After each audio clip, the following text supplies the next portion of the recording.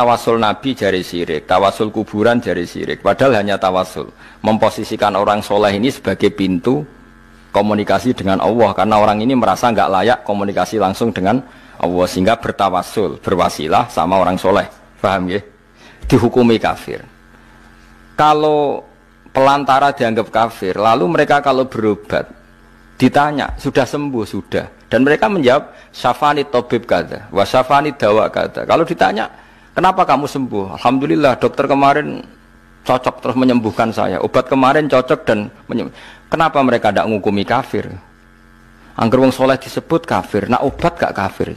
Anakku yang kepengen ahli tauhid tenan, kenapa keriting? Kersane Allah. Kenapa gudul? Kersane Allah. Kenapa rati duit? Kersane Allah.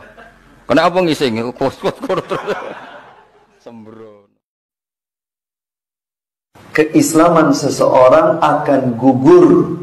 Yang pertama dengan kesyirikan.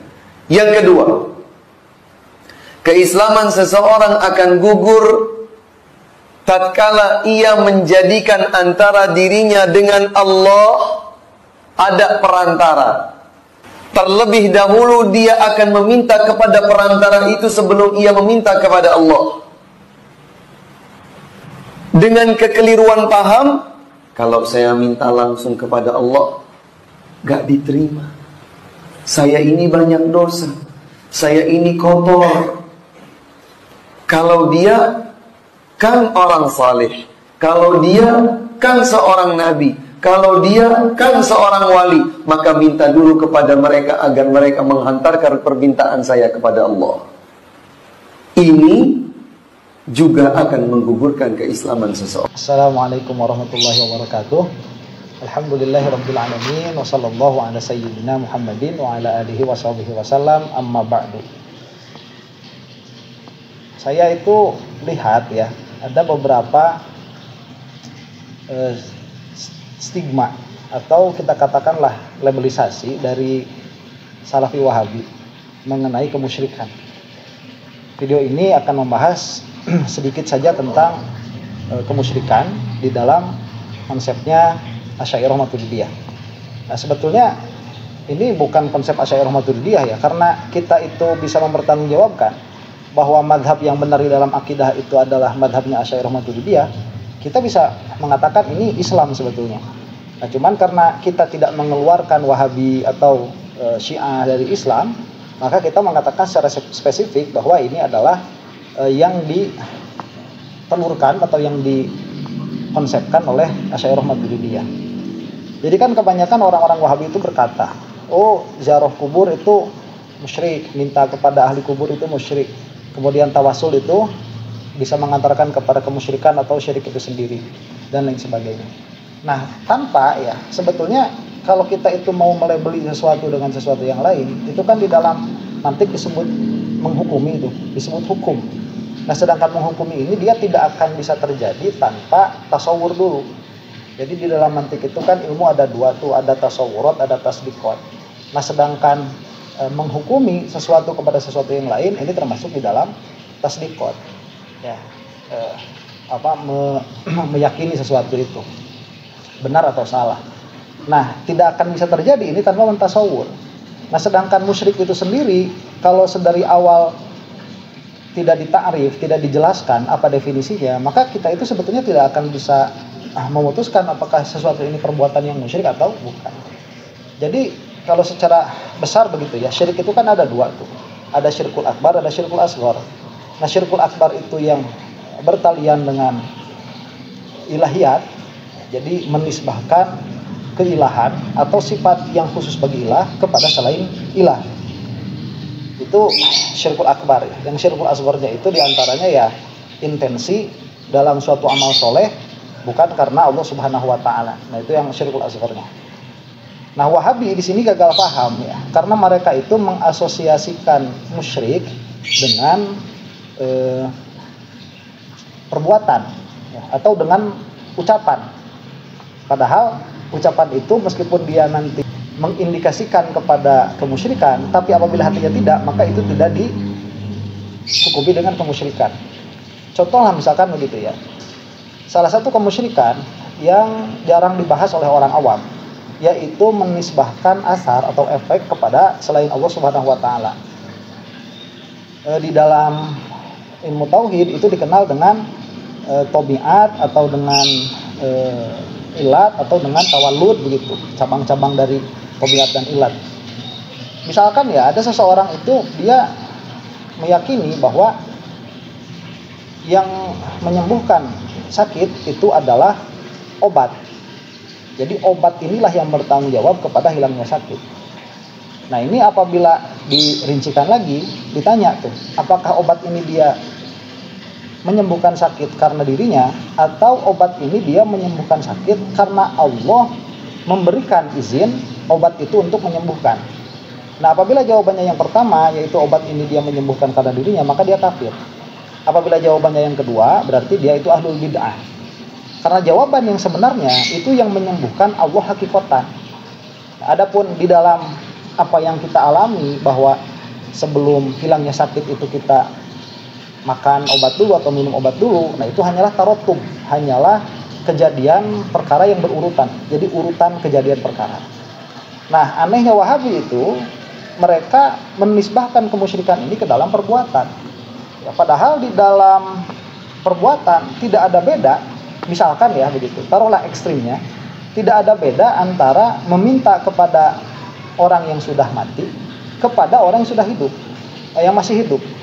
Itu tidak ada beda sebetulnya di dalam perbuatan. Karena ini meminta kepada selain Allah, itu pun meminta kepada selain Allah. Tidak ada beda. Nah makanya kalau misalkan dikatakan tidak boleh meminta kepada orang yang sudah mati, dan memang siapa juga gitu yang minta sama orang yang sudah mati, ini mah taruh saja gitu. Kalau tidak boleh meminta kepada orang yang sudah mati, sebetulnya meminta kepada orang yang masih hidup pun tidak boleh begitu. Kenapa? Ya karena ini sama-sama meminta kepada selain Allah. Jadi harusnya yang Wahabi-Wahabi itu istri-istrinya jangan minta uang sama suaminya begitu. Yang suami-suaminya pun jangan minta duit sama atasannya, sama bosnya, jangan. Ya udah ke Allah saja begitu. Atau misalkan di dalam hal jimat tuh, ajimat.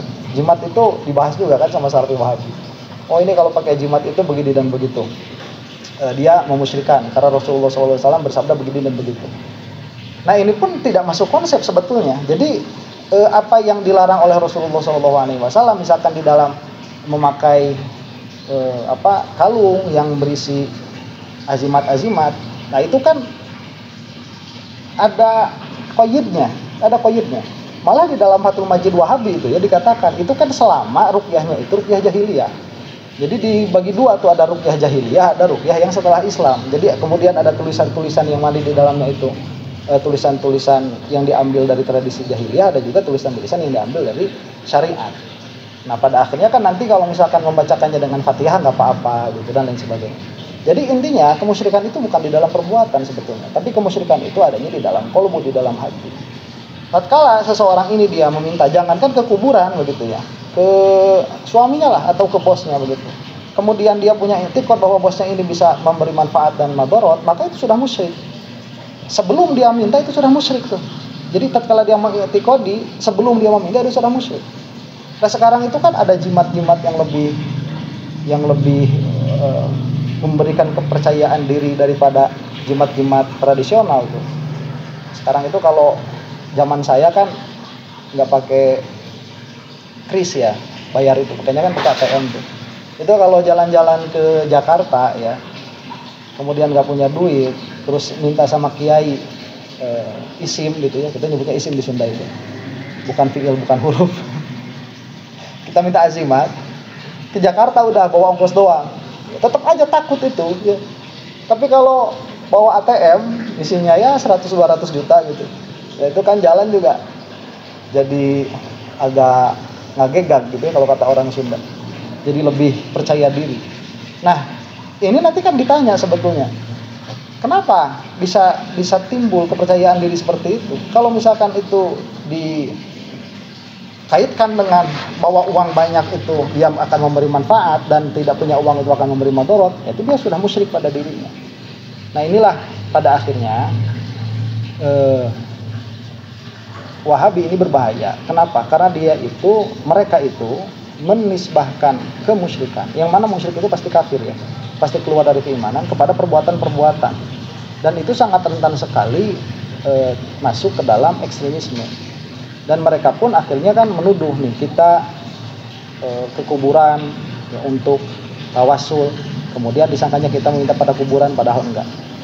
Nah ini supaya singkat saja videonya, tawasul juga sebetulnya itu yang mempraktekkan tawasul kadang-kadang juga tidak paham ya tawasul itu apa. Jadi jangankan Wahabi, kita saja yang sering tawasulan itu kadang-kadang tidak paham apa makna tawasul.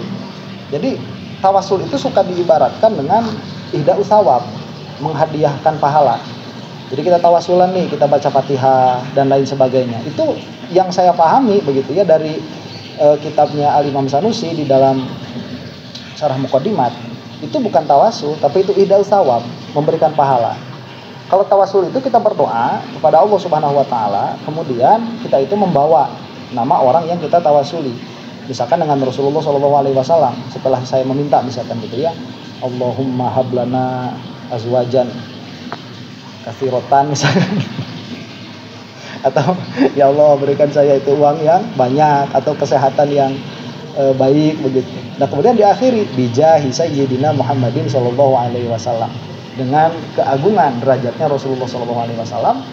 Dalam pengertian ahwal hatinya itu begini, ya Allah, saya ini tidak layak untuk dikabulkan doa ya, karena saya ini bla bla bla lah ya, banyak kekurangannya, ingat kepada Allahnya kurang, kemudian mengusahakan ibadahnya juga kurang, kemudian di dalam menjaga makanan juga kurang. Sedangkan Rasulullah SAW itu mengatakan bahwa bagaimana seseorang itu doanya bisa dikabul jika makanannya haram, pakaiannya haram, perbuatannya haram, itu bagaimana bisa dikabul doanya. Lah dari situlah kita mengatakan bijahi sayyidina Muhammadin SAW, ya Allah dengan permohonan ini jangan engkau melihat kepada banyaknya kekurangan diriku, tapi lihatlah keagungan Nabi Muhammad SAW yang sayang kepada umatnya. Begitu. Itu tawasul seperti itu. Ya, ini mintanya hanya kepada Allah, cuman kita bawa-bawa nama orang yang kita tawasuli. Nah, adapun meminta kepada orang yang meminta kepada orang yang masih hidup didoakan, yaitu karena kita punya sangkaan besar bahwa orang yang hidup itu doanya lebih dilihat oleh Allah Subhanahu wa taala daripada diri kita. Itu husnuzon kita kepada orang yang kita minta doanya. Dan ini pun sering dilakukan oleh sahabat, meminta kepada Rasulullah SAW agar didoakan. Ya, misalkan Sidna Abu Hurairah tuh pernah kata Rasulullah itu doa gitu, sama saya diaminkan. Rasulullah itu mengaminkan. Tatkala ditanya Abu Hurairah itu berdoa apa, dia berkata, saya meminta dengan semua doa yang dipinta oleh sahabat yang lain plus ditambah ilmu begitu. Kata Rasulullah, saya aminkan, bagus itu doa. Nah yang lain itu akhirnya kan pada iri begitu ya. Saya nggak doa seperti itu. Nanti Abu Hurairah dapat semua doanya, saya nggak dapat doanya Abu Hurairah. Kata sahabat yang lain, saya juga ya Rasulullah. Kata Rasulullah itu udah didahului oleh Abu Hurairah dan lain sebagainya. Jadi kisah-kisah seperti itu banyak. Ala kulli halin, jangan sampai kita itu menisbahkan kemusyrikan hanya kepada perbuatan saja. Ya, memang ada beberapa nanti perbuatan yang membuat musyrik, tapi tidak seserampangan yang dijelaskan oleh Wahabi. Nah ini videonya singkat saja ya, mudah-mudahan membawa manfaat. Wallahu ta'ala alam bisawab. Assalamualaikum warahmatullahi ta'ala wabarakatuh.